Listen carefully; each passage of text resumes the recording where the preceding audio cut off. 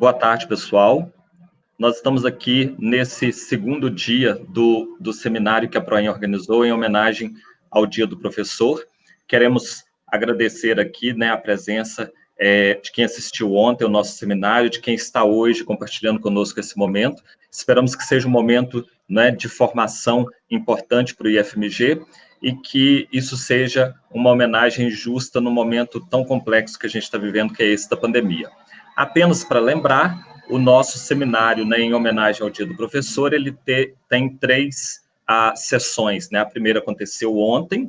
Na sessão de ontem foi discutido currículo. Na sessão de hoje nós discutiremos currículo integrado, currículo na rede de educação profissional e tecnológica, nos institutos federais, Cefet, enfim, nas escolas da rede.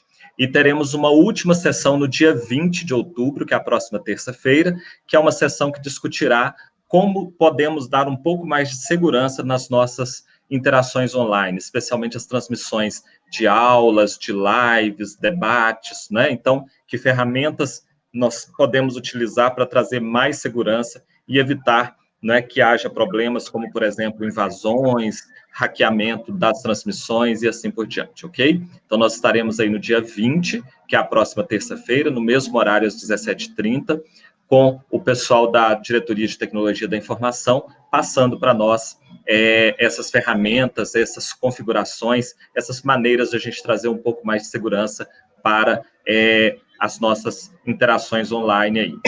Hoje é um dia muito especial, nós queremos começar aqui, parabenizando todas as nossas professoras, todos os nossos professores, parabéns para todos nós, que temos aí essa tarefa quase sempre, sem grande reconhecimento, muitas vezes desrespeitada, especialmente em momentos complexos como que a gente está vivendo agora, no Brasil, mas nós sabemos que sem educação nós não conseguimos melhorar a sociedade, melhorar o mundo que nós vivemos. Então, sabemos que a nossa missão, embora árdua, ela é fundamental para a construção de uma sociedade mais justa, mais igualitária, para os avanços sociais, para os avanços tecnológicos, para que o mundo realmente, de alguma maneira, se torne melhor. Então, parabéns a todas as professoras e professores do IFMG, Nós temos aí um grupo enorme de professoras e professores altissimamente qualificados que todos os dias trabalham para que a educação seja melhor e essa seja uma grande instituição. Com muita honra, nós recebemos aqui hoje o professor José Geraldo Pedrosa, o professor José Geraldo é do Cefet-MG, da área de educação, especialista na discussão que a gente vai fazer hoje, e sem dúvida nenhuma vai trazer uma grande contribuição aí para nós. Seja muito bem-vindo, professor, O professor José Geraldo atua principalmente nos campi de Belo Horizonte e de Divinópolis, não é isso, professor? Então, é uma honra tê-lo aqui conosco, E temos também aqui, prata da casa, o professor Newton Vieira, é nosso colega do Campus Arcos, O professor Newton é engenheiro e ele faz um debate constante, é especialista em ensino de engenharia, que é uma área bastante necessária aí, um debate bastante necessário em momentos de mudanças tecnológicas, em momento de atualização dos cursos de engenharia pelo Brasil todo, O professor Newton está aí com a gente, também tem atuado muito com a pós-graduação em docência lá do Campus Arcos, Coordenou o curso, ajudou a estruturar o curso, Então está conosco aí nessa formação de professores aqui do Instituto Federal de Minas Gerais e também fora, Porque o curso oferece vagas também para a comunidade externa, tá bem? Então, obrigado, professor Newton, obrigado, professor José Geraldo. Lembramos, que as interações podem acontecer aí pela parte de comentários do YouTube, essa sessão está sendo transmitida pelo canal do IFMG no YouTube, que é o IFMG Play. Então, perguntas podem ser colocadas aí, homenagens e recados para professoras e professores também, Caso haja aí homenagens e recados para professores e professores, nós leremos alguns aqui nos momentos apropriados aqui da live, tá bem? Então, o nosso formato, como de ontem, nós teremos uma apresentação de 15 minutos de cada um dos professores. Em seguida, estaremos abertos para o debate a partir das questões que forem colocadas no chat. Como nós temos um convidado do Cefet aqui conosco, manda, né, a elegância que nós ouçamos primeiro o nosso convidado, né, professor José Geraldo, né, que nos visita, nos dá a honra, né, de ouvi-lo aqui hoje. A palavra é do senhor. Bem-vindo.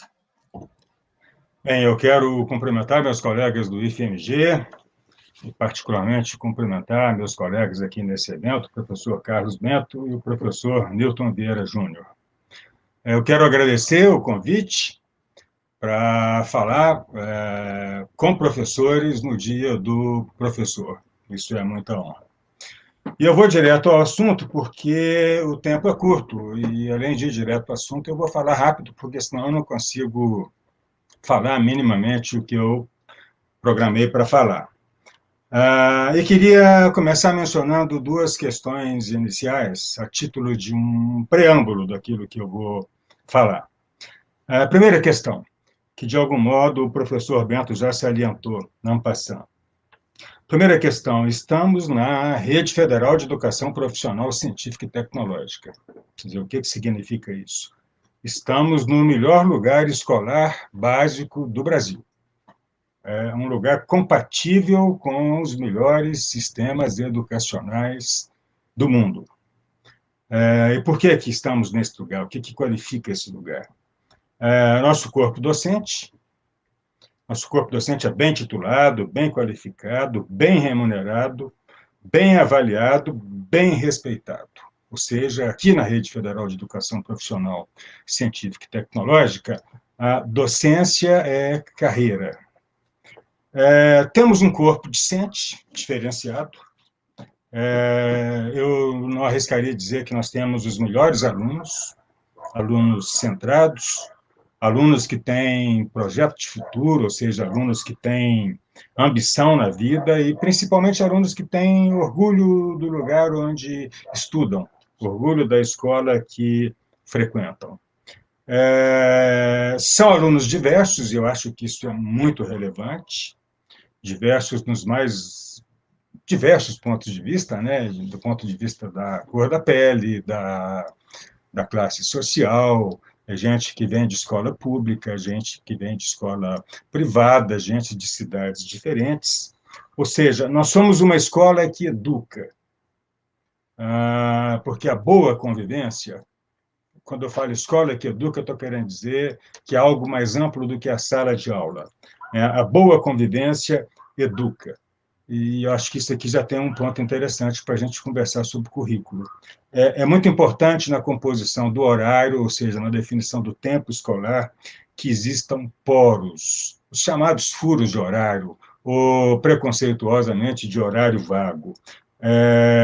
Nesses horários há uma convivência, e essa convivência na diversidade educa.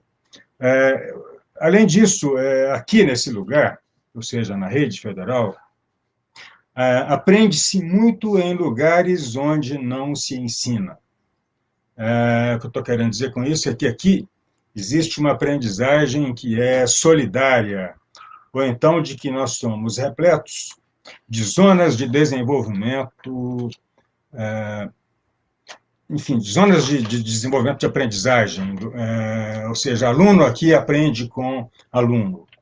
Nós somos uma escola de tempo integral, nós temos política estudantil, temos apoio pedagógico, temos restaurante, biblioteca, laboratórios, e principalmente nós temos prestígio social, nós temos respeito social. Ou seja, nós somos uma escola pública, gratuita, laica e de boa qualidade. E os nossos resultados são compatíveis com o investimento, porque os nossos egressos estão nas melhores universidades do país e no mundo do trabalho. Nós somos uma rede técnica que possibilita mobilidade social e mobilidade individual. Quer dizer, nós somos uma boa escola que possibilita as pessoas se deslocarem socialmente, progredirem na vida. Vejam bem, nós não estamos numa escola pública média brasileira, uma escola de tempo parcial, portanto, meia escola, com docência mal remunerada, e cansada da docência, porque os problemas são muitos. Nós estamos na Rede Federal de Educação Profissional, Científica e Tecnológica. Isso me permite duas considerações sobre o nosso papel na educação brasileira, sobre o papel da rede. Primeiro, eu acho que o que se espera de nós não é apenas a melhor nota do Enem. Me parece que a expectativa, ou a tarefa que a gente deve colocar para a gente mesmo, é no sentido de sermos referência para um país que não sabe fazer com seu ensino, não sabe o que fazer com seu ensino médio e fica inventando rodas inadequadas, igual essa reforma do ensino médio que está em sua gênese. Nós temos que ser vanguarda. Essa é uma ideia que eu defendo. A rede, por todas aquelas virtudes que ela tem, aquelas particularidades, a gente tem que ser vanguarda, não apenas nos resultados, não apenas nas melhores notas, mas nos procedimentos, nos meios, nos métodos, nos processos. E isso inclui currículo. Aqui entre nós é complicado discutir mudança, porque nós somos bons. Aí alguém poderia dizer, se nós somos bons, se nós somos bem avaliados, se nossos resultados já são bons, então por que inovar? Por que fazer mudanças? Bom, aí tem várias coisas que a gente podia pensar, eu diria que, no mínimo, por um exercício de autossuperação, para não ficar estagnado, parado, ainda que num bom lugar. A segunda questão que eu queria mencionar, e que, de algum modo, também o professor Carlos já mencionou no início, o professor Carlos Bento, é que aqui na rede, quando precisamos conversar sobre o currículo, ou quando a conversa é sobre o currículo, então a questão é currículo integrado. Essa é uma particularidade nossa que se coloca, digamos, quase que exclusivamente para a rede, embora nas escolas técnicas estaduais de São Paulo isso se coloque também, mas eles fazem outra coisa, eles são tecnicistas. E o Sistema S também não tem necessariamente que fazer isso. Quer dizer, o currículo integrado ele é muito focalizado na rede. E é nisso que eu acho, aqui eu já vou fazer uma primeira provocação, é nisso que eu acho que nós somos pouco criativos, pouco ousados, e que a gente é até mesmo conservador. Nós somos uma escola de tempo integral, mas não conseguimos avançar rumo ao currículo integrado e ao ensino integrado, embora eu suspeito que haja um bocado de aprendizagem integrada, mas não por causa do ensino. O que temos na legislação educacional, ou seja, nas diretrizes nacionais da educação profissional técnica de nível médio, é currículo integrado. Mas o que temos na cultura escolar e nas práticas docentes de ensino é justaposição curricular, é currículo fragmentado, é currículo saturado de disciplinas, saturado de fragmentos. Nós ainda não conseguimos nos livrar das armadilhas de um ensino em migalhas. Isso que é uma herança do século XVIII. Ou seja, nossos compartimentos técnicos, científicos, humanísticos e culturais não se conhecem, não se enxergam, não dialogam e não se integram. Eu estou exagerando, é claro que há algum grau de porosidade nisso. Estou radicalizando para provocar o pensamento. E por que isso acontece? Por que nós não saímos das armadilhas de uma educação profissional fragmentada e colada nos interesses do capital? Quais são os obstáculos? Eu penso que esses obstáculos são diversos, mas eu vou destacar aqui no Dia do Professor aquilo que nos diz respeito, ou seja, aquilo que pertence à cultura escolar, aquilo que está legitimado, estabelecido na prática docente. E vou começar chamando a atenção para o seguinte ponto. Quer dizer, a cultura escolar, as práticas estabelecidas, sedimentadas, e as velhas e confortáveis práticas docentes herdeiras da velha escola enciclopédica, panóptica, e pautada no silêncio e orientada para o controle.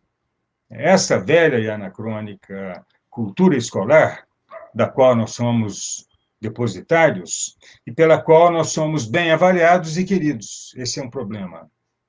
Nós somos anacrônicos, mas somos bem avaliados e somos bem respeitados. E é sobre esse obstáculo que nos torna prisioneiro do passado que eu quero salientar alguns aspectos, porque é a nós, professores, que ele diz respeito. Então, digamos, pensemos nesse território, o que seriam alguns obstáculos muito fortes, arraigados em nossa cultura escolar e em nossas práticas escolares, obstáculos à efetivação do currículo integrado. Primeiro obstáculo, eu diria, excesso de disciplina. Nossos currículos, nossos PPCs, são exclusivamente disciplinares. Nossa carga horária é quase que exclusivamente a soma da carga horária das disciplinas. A integração curricular exige mais atividades comuns, mais multidisciplinaridade, mais transdisciplinaridade. Se isso que eu estou falando tem sentido, então me parece que daqui vem uma tarefa básica, que seria de curricularizar ou de trazer para o currículo escrito algumas fantásticas experiências que estão no nosso currículo em ação, ou em nosso currículo paralelo. As visitas técnicas, as excursões culturais, a Semana de Ciência e Tecnologia, a mostra de trabalhos e aplicações técnicas. Além disso, precisamos reinventar a monitoria e envolvê-la em projetos de ensino e não apenas como auxiliar do professor. Precisamos reinventar a biblioteca e torná-la mais ativa, valorizar os estudos autônomos, generalizar a iniciação científica e, principalmente, elaborar projetos de integração do ensino. O segundo obstáculo, me parece que é o excesso de conteúdo, ou a preponderância do professor, a ênfase no ensino e na aula. A nossa racionalidade ela é carregada de conteúdo e vazia de aprendizagem. Quase tudo gira em torno do conteúdo, da matéria, da informação. Quase tudo o quê? Os planos de ensino, os planos de aula, os planos de curso, a organização do tempo em função do conteúdo, a avaliação em função do conteúdo, as sequências didáticas, o ritmo e a cadência dos cursos e das aulas são definidos pelo professor que adota como referência o conteúdo. Ou seja, é preciso esgotar o conteúdo, vencer o conteúdo. O bom professor é aquele que domina o conteúdo. É só a gente pensar nos nossos processos seletivos. A principal ênfase acaba sendo no conteúdo. Ou seja, é como se a escala fosse mais ou menos o seguinte: muito saber sobre o conteúdo a ser ensinado, pouco saber sobre o ensino, e quase nenhum saber sobre como é a aprendizagem do aluno. Me parece que a integração curricular ela exige mais foco na aprendizagem e mais participação do aluno. O outro obstáculo é o excesso de sala de aula. A integração curricular ela exige outros espaços mais vivos e mais dinâmicos. A sala de aula tem sido o locus quase que exclusivo do ensino e da aprendizagem, e a escola ela tem se confinado cada vez mais nas precárias, quentes e pouco atraentes salas de aula. Em síntese, nós temos que, para integrar, reduzir a carga de aula e seus derivados. Só para a gente pensar, fazer uma provocação sobre isso, nos melhores sistemas escolares do mundo, o tempo escolar é maior, entretanto, o tempo de sala de aula é menor. É ruim fazer comparações, porque as situações nacionais são diferentes, mas, por exemplo, há quem diga que na Finlândia, de 40 horas semanais, 8 horas são de sala de aula. As 32 outras horas são para outras atividades de aprendizagem, mas que não passam pelo ensino, pelo professor, pela sala de aula. Eu vou parar por aqui, porque falta 30 segundos para o meu tempo esgotar, Eu ia começar a apresentar uma proposta, mas eu não vou apresentar essa proposta agora. Se tiver oportunidade, eu comento isso posteriormente. Então, era isso a minha fala inicial. Ótimo, obrigado, professor. Nós temos aqui no chat, né, vários registros de elogios, né, ao senhor, ao seu trabalho, né, à sua prática docente, só para registrar aqui. Nós vamos agora ouvir o professor Newton, e aí, na hora das perguntas, nós vamos perguntar ao senhor que proposta é essa para o senhor poder apresentá-la, ok? Professor Newton, né, novamente, Newton Vieira, engenheiro, né, especializado em ensino de engenharia, professor do Campus Arcos, está aqui conosco agora. Professor, a fala é do senhor. Obrigado. Bom, boa tarde a todos. Muito obrigado por essa oportunidade. É uma oportunidade que me deixa muito honrado, na mesma medida em que me traz uma responsabilidade muito grande, né, por ter sido convidado por vocês para estar aqui falando na presença do professor Zé Geraldo, né, que eu não conheço pessoalmente, mas conheço já há muitos anos por intermédio dos seus trabalhos, né, especialmente lá no programa de educação tecnológica, e também por nós termos no próprio IFMG uma gama de pessoas altamente capazes e que trabalham e que se debruçam muito, inclusive, sobre esse assunto, né? Temos aí o pessoal do PIBID, da residência pedagógica, das nossas licenciaturas, dos nossos cursos lato sensu diversos, voltados para a área de ensino, do próprio Prof. EPT, enfim. Então é um prazer, obrigado pelo convite, Bento, Mário e demais colegas da Proem. E eu vou pegar um gancho nessa fala do professor Zé Geraldo para já falar de um estudo de caso, na verdade, que nós temos, que caminha muito nesse sentido, envolvendo o uso de competências nas engenharias, mas que se aplica em outras áreas também, e inclusive aos nossos cursos integrados, que é o nosso currículo baseado em projeto, em que o curso de Engenharia Mecânica do Campus Arcos se baseia. Currículo esse, inclusive, que inspirou também o projeto pedagógico do nosso curso integrado técnico em mecânica, que se iniciou esse ano em 2020, né, mas infelizmente nós tivemos aí a impossibilidade de ter encontros presenciais com os nossos alunos, então nós não conseguimos ainda coletar dados instrumentais tão apurados como aqueles que nós já temos no curso de engenharia, que já está rodando desde 2016. Então, eu vou contar aqui muito brevemente esse estudo de caso que nós temos vivenciado lá e um pouco da experiência e do nosso sucesso nesse sentido. Eu fiz aqui, para guiar a minha fala, um pequeno recorte das diretrizes curriculares dos cursos de engenharia, mas esse recorte que eu fiz aqui, ele certamente pode ser visto nas mais diversas diretrizes curriculares, dos diversos cursos e dos diversos níveis. Esse, em específico, ele traz em um dos seus artigos um item que narra as características desejadas para o egresso de um curso de engenharia ou de cursos de áreas tecnológicas em geral, que, afinal de contas, é uma área que representa significativamente aí o nosso portfólio de cursos. Então, nessa diretriz que eu peguei aqui, ela destaca a importância de se dar ao nosso egresso visão holística, a importância de se dar ao nosso egresso perspectivas multidisciplinares, né? E a primeira pergunta que eu faço, o quão é difícil tornar isso realidade em cursos como que tradicionalmente nós temos, que são tão compartimentados, né? Que eles são tão estanques. As disciplinas, via de regra, nos nossos currículos, elas são como caixinhas isoladas que, em pouquíssimas oportunidades, interagem entre si. Então, é difícil, no primeiro momento, nós conseguimos atender esse anseio que as diretrizes nos trazem. E, além disso, quando nós pegamos aí muitas dessas orientações, né, do cenário educacional nacional, nós vemos lá a importância, no que tange às competências, de, por exemplo, atividades que permitam conceber, projetar, analisar sistemas, produtos e processos, né?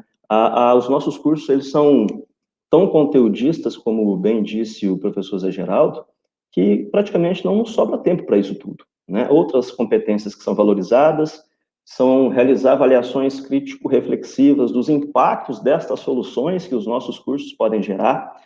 Então, nem sempre nós estamos concebendo os projetos, quem dirá avaliando criticamente as soluções que esses projetos podem nos trazer como retorno.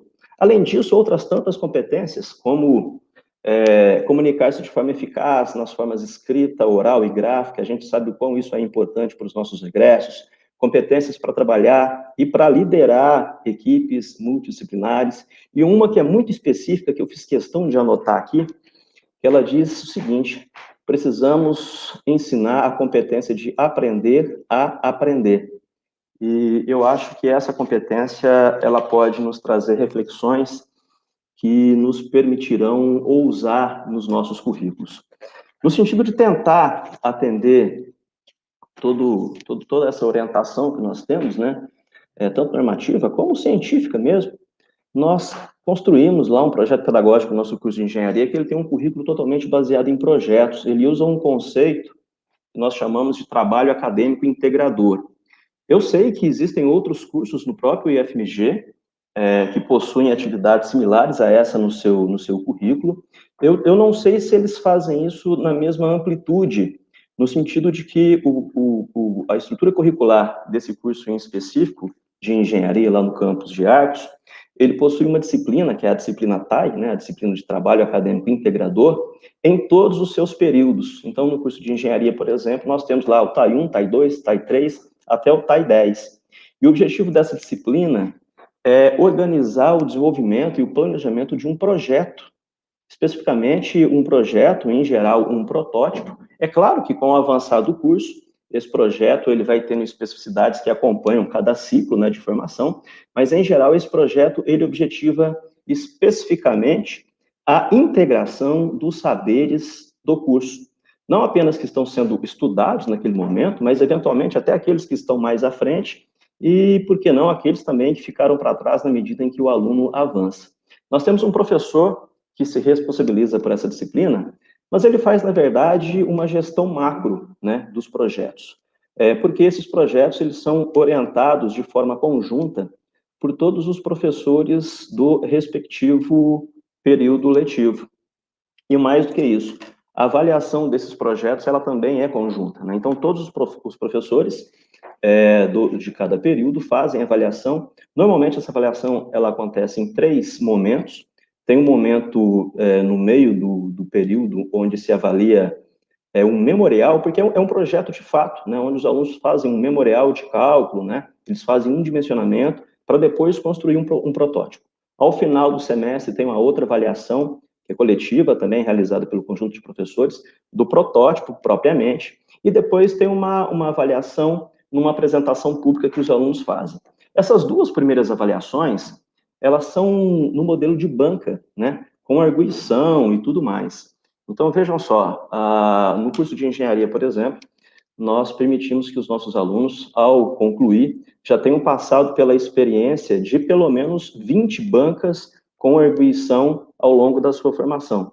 E essa atividade também, ela provoca uma interação tão grande com os conteúdos e com o estudo, que os alunos, de fato, dominam não só a oratória e a persuasão, mas o conteúdo envolvido no desenvolvimento do projeto em si. Eu costumo até brincar dizendo que os nossos alunos, nesse curso, ali pelo 5º período, eles já são capazes de vender avião caindo. Tão bom é o desenvolvimento da apresentação, da expressão, da comunicação, da oratória e da segurança técnica que eles têm para apresentar um projeto que eles desenvolvem. Esse projeto, depois, ele tem uma nota revertida, 30% da nota ela é revertida para todas as disciplinas, né, que compõem o semestre letivo. Via de regra, os professores não dão trabalhos, né, aqueles trabalhos que comumente são entregues aos alunos. Claro que tem lá as listas de exercício e outras atividades que têm o objetivo apenas de auxiliar no estudo dos conteúdos propriamente. Mas o trabalho do curso, ele se baseia no desenvolvimento do protótipo. Então, 30% dessa nota, cuja avaliação é compartilhada, ela vai compor aquela parcela que seria a parcela, normalmente, de trabalho nas disciplinas. Para isso tudo acontecer, nós precisamos fazer exatamente o que o professor Zé Geraldo nos diz, que é trabalhar com uma carga horária mínima em sala de aula, né? Porque não sendo verdade, não nos sobraria tempo. Então, a primeira ruptura de paradigma que nós temos que ter aí é a troca, né, do modelo conteudista por um modelo da descoberta. A aprendizagem pela descoberta também é capaz de trazer resultados, né? E eu sei que isso é muito difícil, porque normalmente os professores, na melhor das intenções, sem dúvida nenhuma, eles ficam muito preocupados em reduzir a carga horária, em reduzir os conteúdos das suas disciplinas, mas o que nós estamos querendo provocar aqui com esse momento é justamente uma reflexão para mostrar que existem outras possibilidades e que a gente precisa ousar nessa variação. O fato é que essa experiência que eu estou trazendo para vocês, embora ainda seja recente, o curso, como eu disse, começou em 2016, então ainda nós não tivemos nenhuma turma formada, a primeira turma está indo agora para o 8º período, mas nós já conseguimos visualizar lá resultados extremamente expressivos, resultados muito nítidos.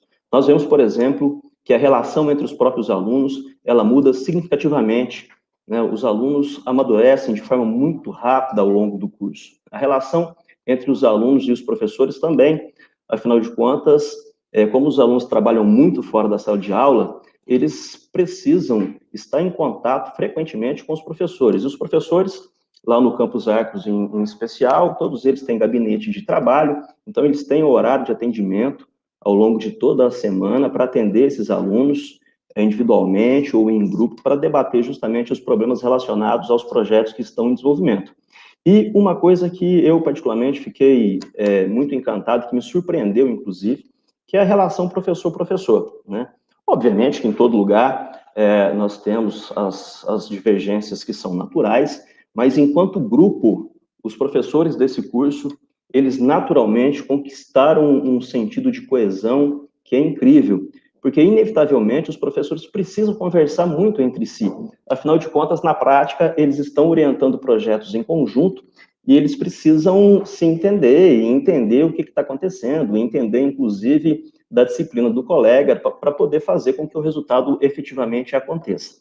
E para fechar, ao final do período, nós tomamos por hábito realizar um evento lá que nós chamamos de Semana do TAI, onde nós convidamos os estudantes das redes públicas da cidade, das escolas municipais e estaduais, para visitarem o nosso campus, onde os alunos, então, fazem uma exposição dos protótipos que eles desenvolveram e de banners, né, com a teoria envolvida. E como são, em maioria, crianças e adolescentes, né, e os projetos em si, eles têm até uma carga lúdica muito efetiva, porque são projetos de máquinas, de motores, são projetos de engenharia, né? Essa visita cria uma interação muito significativa entre os estudantes da educação básica e os nossos estudantes, né? Os nossos alunos se sentem orgulhosos de apresentar aquele projeto que foi uma obra deles, na verdade, né? De responder as perguntas dos nossos visitantes. E como esse momento também ele é uma última etapa de avaliação, mas é um momento de avaliação extremamente tranquilo, sem pressão nenhuma, nós aproveitamos para colocar aí a última cereja do bolo, que é, em regra, nós convidamos os nossos colegas servidores administrativos para participar deste momento de avaliação também. Nem sempre esses nossos colegas estão tão intimamente ligados às áreas finalísticas, né? Embora eles são extremamente importantes e essenciais para o funcionamento da escola, então também é uma estratégia que a gente conseguiu utilizar aí para aproximar esses colegas também junto dos nossos alunos, junto dos nossos cursos e tudo mais. E por que não dizer, a interação também acontece comunidade-escola. Afinal de contas, a gente está trazendo para dentro do campus, né, aqueles que serão nossos futuros alunos ou que serão futuros profissionais que podem usar desse momento até como um incentivo, uma motivação de vida. Então, o que nós conseguimos né, que com o desenvolvimento dessas habilidades, oratória, persuasão, trabalho colaborativo, liderança e tudo mais, competências das mais diversas têm sido desenvolvidas. Eu estou muito ansioso, inclusive, para saber daqui a uns 5 ou 10 anos como estarão os egressos deste nosso curso no mercado profissional. Eu tenho certeza que eles estarão competindo em altíssimo nível com os egressos das mais tradicionais e importantes escolas de engenharia do país. Mas como nós ainda não tivemos nenhum aluno formado, nós já estamos visualizando os resultados disso no meio acadêmico, né? Nós já tivemos alunos premiados em eventos científicos, Nós tivemos aluno premiado, inclusive internacionalmente, que foi um aluno que apresentou um trabalho que ele fez lá no TAI, enquanto ele fazia intercâmbio em Portugal. Nós temos projetos com um potencial muito grande de depósito de patente. Nós já tivemos artigos publicados pelos nossos alunos, contando da experiência em que eles trabalharam, que eles desenvolveram importantes veículos de comunicação científica. Então, nós temos tido já resultados muito expressivos e que nos honram muito. É claro que nem tudo são flores, é claro que nem tudo é fácil. Nós tivemos muitos problemas para implementar esse currículo baseado em projetos, nós ainda enfrentamos algumas dificuldades, mas semestre a semestre a gente percebe que o nosso grupo tem se unido muito e tem aprimorado cada vez mais essa estratégia curricular. Eu costumo utilizar como termômetro aquela semana do TAI, que eu contei para vocês, que acontece ao final do período. Na primeira semana do TAI, eu acho que talvez 10% dos servidores mesmo do campus aderiram ao evento, foram lá participar do evento. Na segunda semana, eu acho que 70% ou 80%, nós já tivemos também uma participação efetiva da comunidade externa muito maior. A partir da terceira semana, ou seja, do terceiro semestre em que isso estava acontecendo, o corpo docente, até aqueles que inicialmente olharam com alguma insegurança, porque é natural, né? Tudo que é novo causa insegurança, é uma característica humana, né? Nós, como seres humanos, temos aí uma resistência a mudanças e uma resistência a desafios, até talvez seja um mecanismo de proteção. Então, mesmo aqueles colegas docentes que no primeiro momento tinham uma certa resistência a essa metodologia, eu costumo observar que a partir do terceiro período em que ela foi implementada, eles já abraçaram por completo essa estratégia, e eu tenho certeza absoluta que dificilmente alguém é capaz de convencê-los a mudar esse currículo hoje lá do campus. Então, eu acredito que se qualquer um de vocês que estiver me ouvindo aí, for lá conversar com os nossos colegas que hoje estão trabalhando lá no curso de engenharia, inclusive alguns aí, eu vi pelos boa tarde aqui no grupo que eles estão nos assistindo, se vocês forem conversar com esses colegas, certamente eles irão narrar algo muito próximo disso que eu estou narrando para vocês aqui, né? E a partir da terceira semana, nós tivemos aí 100% de adesão, não só dos professores, mas dos técnicos administrativos, e o dia da apresentação pública do TAI se tornou, na verdade, um dia festivo lá no nosso campus. Isso só prova que foi uma estratégia que nos trouxe e tem nos trazido aí muito sucesso, né? Eu costumo fazer uma provocação no seguinte sentido: se nós eventualmente formos propor uma alteração curricular dessa natureza num curso já tradicional, ou um curso que vem acontecendo há bastante tempo, possivelmente a gente vai enfrentar algumas resistências. Mas se no meio desta conversa nós fizermos um questionamento do tipo, será que nós estamos plenamente satisfeitos como está? Muito provavelmente nós vamos ouvir aí um número muito grande de respostas negativas. Porque empírica ou até cientificamente falando, todos os nossos colegas professores lá na sala do cafezinho, eles têm alguma queixa para fazer, né? E a provocação que eu faço se todos nós entendemos que não está tudo tão perfeito, que mal tem experimentar, né? Se não der certo, a gente retorna, a gente volta a fazer o que era antes, não precisa ter compromisso com o erro. O que a gente tem que refletir é que o que é necessário é quebrar, é mudar paradigmas, né?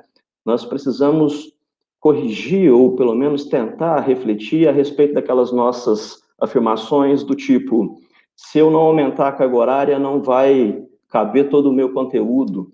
Se eu não der, pessoalmente, todo o meu conteúdo dentro da sala de aula, o aluno não vai ser capaz de aprender. Se eu não der uma prova, como é que eu vou ter certeza que o meu aluno está apto para ser aprovado? E coisas nesse sentido, né? Então, eu acho que o recado que eu tenho para deixar aqui é que nós precisamos ousar, né? Como o professor Zé Geraldo também disse, metodologias são importantes, sem dúvida, elas são muito importantes, mas uma mudança estrutural depende do currículo, né? Eu apresentei apenas um exemplo, né? Certamente existem diversas outras iniciativas que podem contribuir nesse sentido. Essa é apenas uma delas e que tem dado muito certo lá. E eu deixo, então, aí com esse estudo de caso, o meu convite para que nós possamos ousar mais a fim de integrar de verdade, seja no curso superior, seja nos cursos técnicos integrados, que eles próprios já pedem isso, né? Para que nós consigamos integrar, então, de verdade, o nosso ensino na rede federal, que ele já é um dos, ou talvez o melhor do país. Nos falta só essa ousadia, e eu tenho certeza que com isso nós somos capazes. Então, a princípio, era isso que eu tinha para dizer aqui. Fico à disposição aí para o nosso bate-papo agora. Ótimo, professor Newton. Obrigado, né, pela sua fala. O professor Newton relatando aí essa experiência do Campus Arcos, né, que é uma experiência bastante rica, né? Nós temos vários comentários aqui, tá bem, professor Newton, e algumas perguntas, inclusive. Mas eu vou pedir licença para começar com a primeira pergunta para o professor José Geraldo, né? E aí, a minha primeira pergunta, na verdade, é a promessa que eu fiz antes, né, professor? O senhor disse que tinha uma proposta para apresentar, tem gente aqui no chat tendo comichão para poder ouvir, tá? Vou ecoar aqui, por exemplo, né, a nossa colega Cláudia, que é pedagoga lá do Campus Betim, que está comigo aqui morrendo de curiosidade para ouvir a proposta do senhor. Então, vou fazer como pergunta, já que a gente está no horário de perguntas, né, no momento de perguntas, professor José Geraldo, o senhor teria alguma sugestão de proposta para a gente trabalhar essa integração? Por favor. Pois é, eu bem que poderia dizer que faço minhas as palavras do professor Newton, daqui a pouco você vai entender por quê. Mas eu fico pensando assim, o que seria uma educação profissional pública, nós não podemos perder essa característica, numa perspectiva de integração entre ciência, tecnologia e cultura, voltada para o desenvolvimento social, local e regional, tal qual previsto nas diretrizes. A nossa diretriz prevê que cada instituto cumpra essa função. E aí eu acho que a palavra fundamental é reinvenção. E eu indicaria 3 sentidos, professor.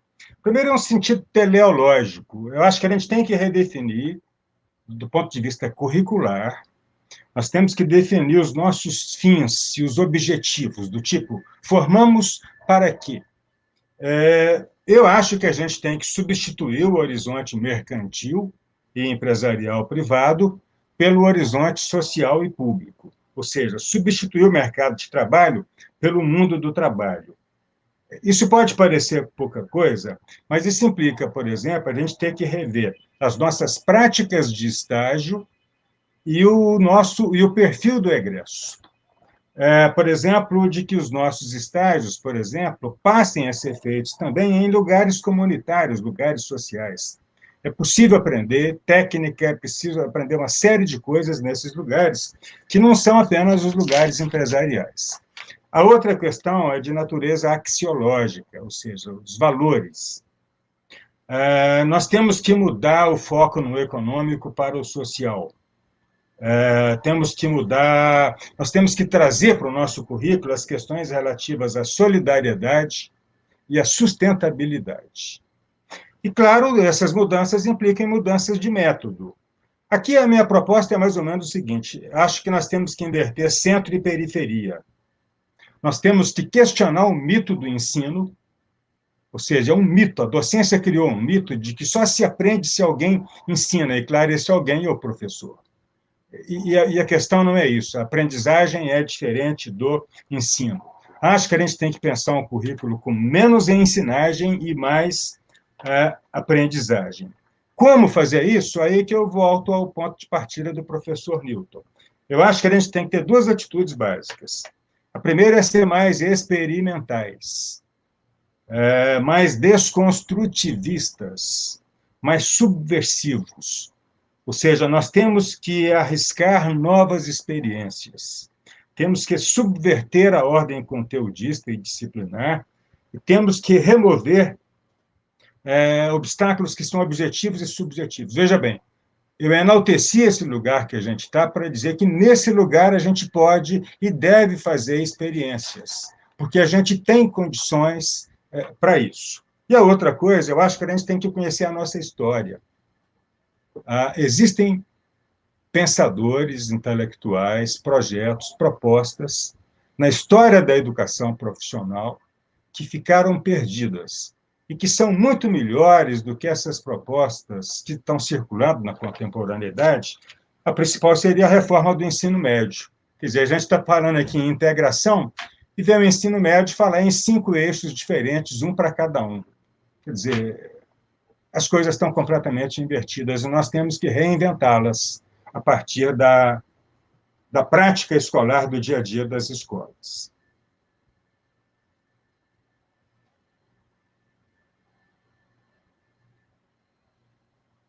Professor Nilton, seu microfone. TV ao vivo, né? Como dizem na Globo. Bem, muitos desafios, né? A gente sabe que não é fácil, acho que se relaciona muito com uma fala do senhor, que eu até anotei aqui, quando o senhor faz essa afirmação, né, de que nós grandemente somos um modelo anacrônico de escola, mas exatamente por sermos anacrônicos, somos respeitados, amados, bem vistos, né, bem avaliados e etc. E aí a gente entra numa armadilha que eu diria que é quase ontológica mesmo, né? Como resolver, né, essa situação, como sair dessa armadilha, né, de ser anacrônico, de ser, né, um modelo de escola que muitos de nós hoje vê como uma escola que já não responde tão bem mais às necessidades contemporâneas, e, ao mesmo tempo, né, continuarmos sendo uma boa escola e percebidos como uma boa escola, né? Porque, na verdade, é importante a percepção que se tem do nosso trabalho e de nós enquanto uma rede, enquanto uma instituição escolar, né? Bem, professor, eu vou alternar aqui, né, passar para o professor Nilton. O professor Nilton tem uma série de considerações aqui no chat, né, a respeito dessa experiência, professor, claro, né? Uma experiência muito interessante lá do Campus Arcos. Eu vou começar com uma pergunta do José Marcelo, né? O José Marcelo é nosso técnico em assuntos educacionais do Campus Sabará, e o professor José Marcelo pergunta o seguinte: professor Nilton, como foi o processo de montagem, criação deste processo pedagógico? Nós teremos outras perguntas relacionadas com essa depois, tá? Talvez a gente possa até adiantar aqui, né, somando com uma da Cláudia. Então, quando o senhor for dizer para nós aí, descrever o processo de criação, de montagem deste projeto pedagógico, né, nós temos aqui a Cláudia, né, nossa colega de Betim, pedagoga, perguntando: professor Nilton, quais os principais gargalos deste processo? Poderia apresentar para nós uma solução, encaminhamento que tenha considerado interessante para algum dos gargalos? Então, professor Nilton, com o senhor a palavra. Agora ficou mais difícil um pouco, né? Você queria ficar fácil e veio aqui para um debate do PROEM, é isso? Bom, nós nos inspiramos muito num modelo de currículo que era adotado por um curso da PUC Minas, que é o curso de Engenharia de Energia. Eu acho que talvez esse seja um dos únicos cursos do Brasil, nas instituições privadas, que também adotem um currículo com essa dimensão de atividade integrada no currículo, assim como nós.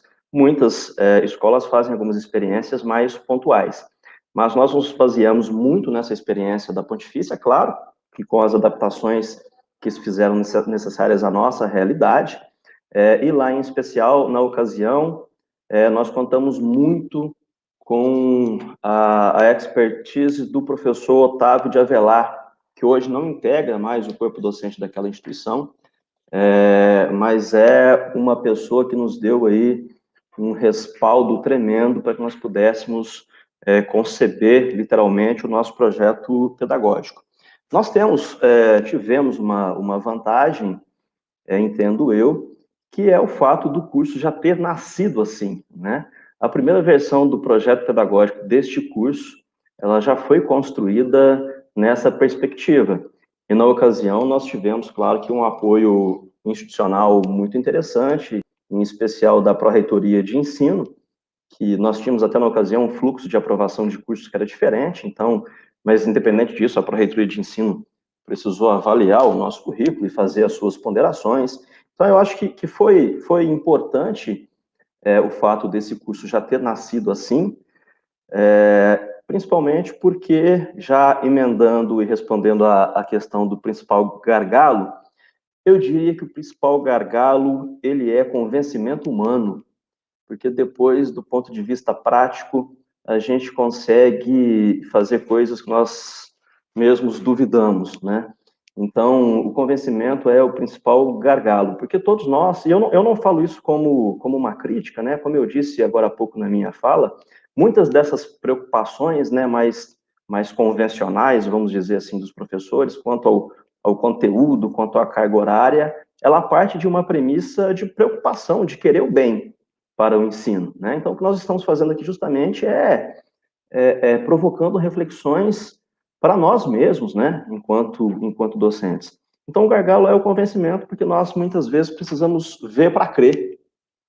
Então, quando se trata de um curso que não é, desde sua gênese, preparado para trabalhar nesse conceito, eu arriscaria dizer que uma sugestão seria começar aos poucos, né, fazer algumas experiências um pouco menores, verificar em loco o resultado dessa experiência e ir moldando essa experiência de acordo com a sua realidade local. Porque cada curso, cada campus, cada unidade tem a sua especificidade, né? E não é um projeto que, em definitivo, está pronto. Esse projeto ainda está em construção, né? A cada semestre nós percebemos algo que pode ser modificado, nós percebemos algo que pode ser melhorado, e isso tem sido feito com um brilhantismo muito grande por toda a equipe lá do campus, né? Eu atuei mais lá no início do curso, né, na época da elaboração do curso.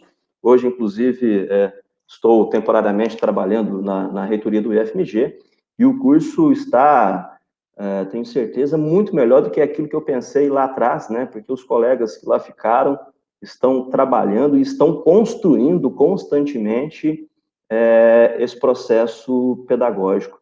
Então, se eu fosse para dizer qual é a receita, simplesmente não há receita, né? A construção é contínua e ela depende de muita gente, porque a educação não se faz de forma isolada, né? Acho que é isso. Muito bem, né? A gente sabe que o Campus Arcos tem uma equipe bastante comprometida com esse projeto, né? Mas é fundamental destacar que foi necessário trazer o exemplo, né, de uma prática que o senhor viu em uma outra instituição, e esse exemplo ele funcionou muito bem como uma alternativa para quebrar um pouco o tradicionalismo do ensino de engenharia no instituto, né? Eu me lembro, professor Newton, que naquele momento, né, nós pontuamos para o senhor, olha, o grande problema, a grande dificuldade de se trabalhar com projetos é que é preciso uma interação muito próxima e contínua entre os professores, né? Porque eu preciso entender o que um fez, o que o outro fez, quanto avançou aqui, né? Como que o que eu preciso trazer aqui na minha aula, né? E então essa adesão dos professores ao projeto, ela é fundamental, né? E aí, continuando nessa linha dos desafios, eu vou trazer aqui uma pergunta, né, do Rodrigo Gomes. O Rodrigo é professor do Campus Congonhas, me parece, né? E o Rodrigo diz assim: muito legal a dinâmica do currículo de engenharia, né, de Arcos. Como vocês têm lidado com a distribuição dos saberes entre os docentes? A lógica ainda é disciplinar ou vocês fazem como unidades temáticas? Como é essa distribuição das disciplinas? Como vocês organizam isso no Campus Arcos? Como os saberes são distribuídos aí entre os docentes? A lógica ainda é disciplinar, né? Nós começamos a ousar um passinho de cada vez e acho que, num primeiro momento, nós já demos um passo significativo. Então, nós ainda temos uma distribuição disciplinar, só que com uma carga horária muito reduzida, para que nós pudéssemos visualizar na prática que o extra-sala funcionasse. Então, nós estamos agora caminhando para 3 anos e meio, para 4 anos de curso. Então, nós ainda estamos amadurecendo essa percepção, e essa percepção já tem se tornado bastante visível. Então, nós ainda temos uma distribuição de disciplinas, diria assim, regular, mas como a carga horária para os conteúdos ela é minimizada, nós ganhamos aí um tempo no contraturno para que os alunos possam trabalhar os seus projetos, e os seus projetos, sim, eles são mais flexíveis. A ideia, a priori, é a integração. Então, via de regra, os alunos têm que promover a integração de todos os conteúdos.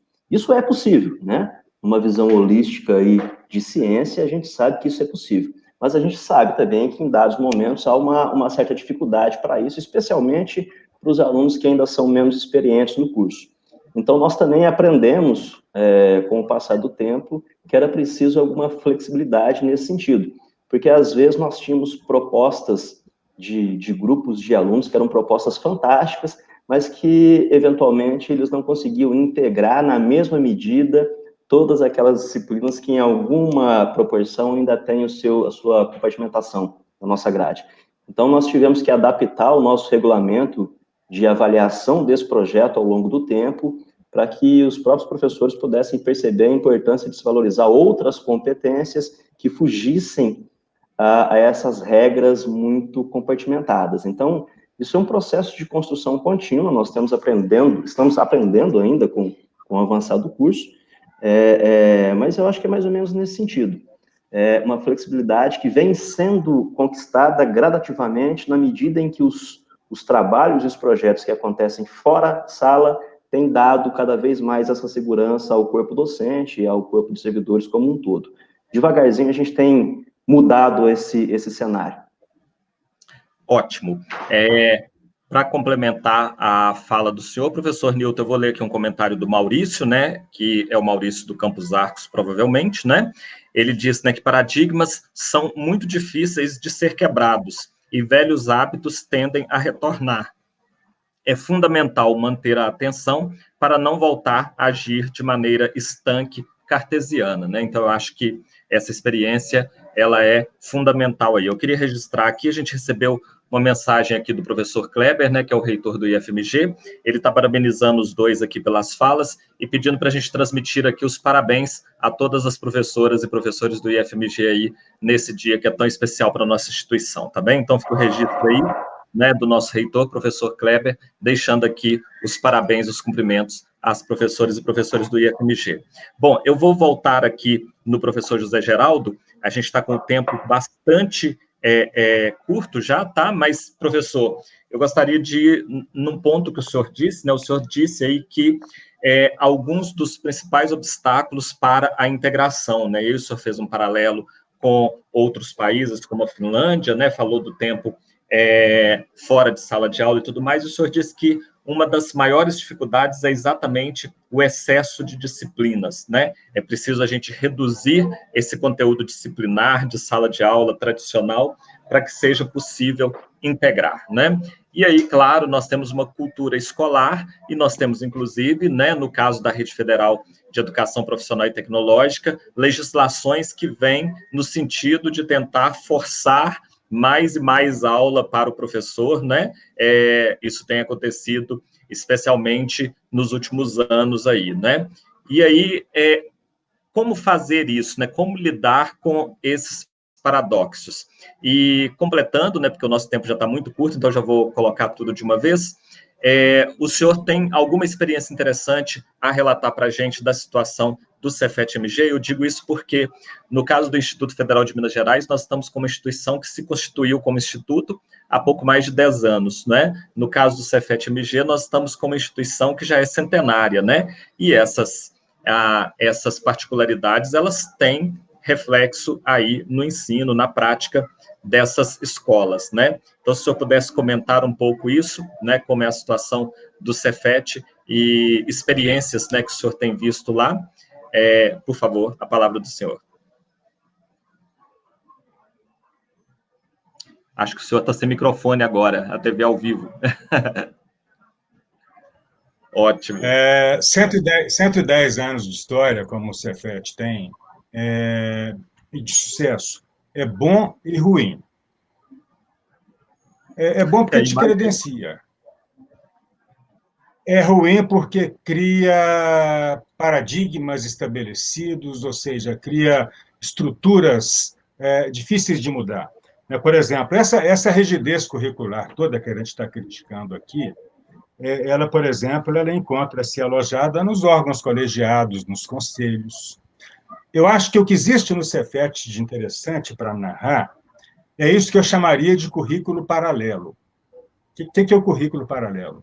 Lá no Cefet-MG, a gente tem experiências que correm por fora, do tipo projeto Cefast-Baja, e uma série de outros projetos que envolvem a fabricação de equipamentos, que são muito interessantes, mas eles são eventos paralelos. Quer dizer, nesse sentido aí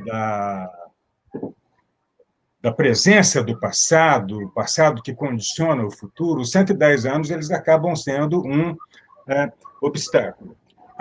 Eu acho que a gente tem experiências muito exitosas lá no Cefet, mas eu chamaria isso de currículo paralelo. A rigor, nós não temos nenhum curso, pelo menos que seja do meu conhecimento, que saia fora desse modelo compartimentalizado, desse modelo disciplinar. Eu toquei nas questões todas que você falou? Sim, eu tinha tocado um pouquinho, né, na fala do senhor sobre o excesso, né, de currículo, né, de disciplinas como obstáculo para a integração. Né? Sim, sim. Acho que esse é um obstáculo fundamental, né? Quer dizer, o professor, quando faz um concurso, ele já faz um concurso para uma determinada disciplina. Quando o PPC do curso é estruturado, ele é estruturado em forma de disciplinas. Quer dizer, e a coisa vai se amarrando de tal modo, por exemplo, a professora Lucila deve ter comentado isso aqui ontem. Existem muitas outras formas de organizar currículo. Pode ser por problemas, pode ser por projetos, pode ser por competência, pode ser por temas, pode ser por disciplina. O problema é que a gente só sabe organizar por disciplina. Existem outras possibilidades. E a gente precisa abrir a cabeça para, primeiro, conhecer essas outras possibilidades. E, nesse sentido, a gente não precisa ficar inventando novas rodas. Na história da educação profissional, já existem experiências que merecem ser revisitadas, tanto no passado quanto experiências contemporâneas. Perfeito, né? Infelizmente, o nosso tempo é sempre curto, né? Nós chegamos aqui ao final do nosso horário, na verdade, a gente estourou um pouquinho. Então, eu quero aqui reforçar, né, o agradecimento aí aos professores José Geraldo, ao professor Newton, né, pela presença, né, pela disposição, pelas experiências ricas que narraram aqui. Lembrando que essa sessão de hoje, ela se liga com a sessão de ontem, né, que foi a respeito do currículo.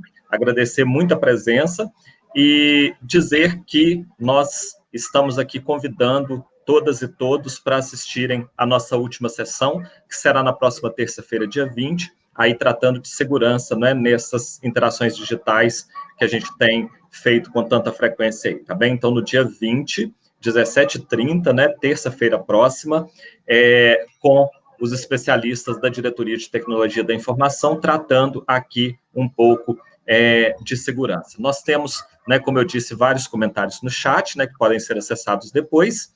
Novamente, parabenizar as professoras e professores, né, do IFMG e fora do IFMG, né, pelo dia do professor e da professora, tá bem? Então, é isso.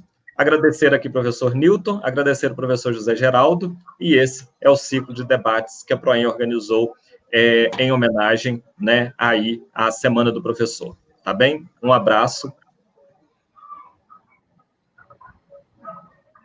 Abraço, obrigado.